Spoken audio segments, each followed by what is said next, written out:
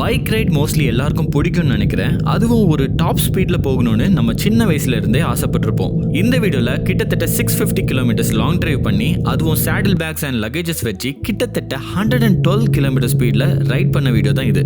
இங்க நிறையவே 200 கிலோமீட்டர் ஸ்பீட்ல போயிருப்பீங்க. அதை கம்பேர் பண்ணும்போது இது அவ்வளோ பெரிய விஷயம் இல்ல.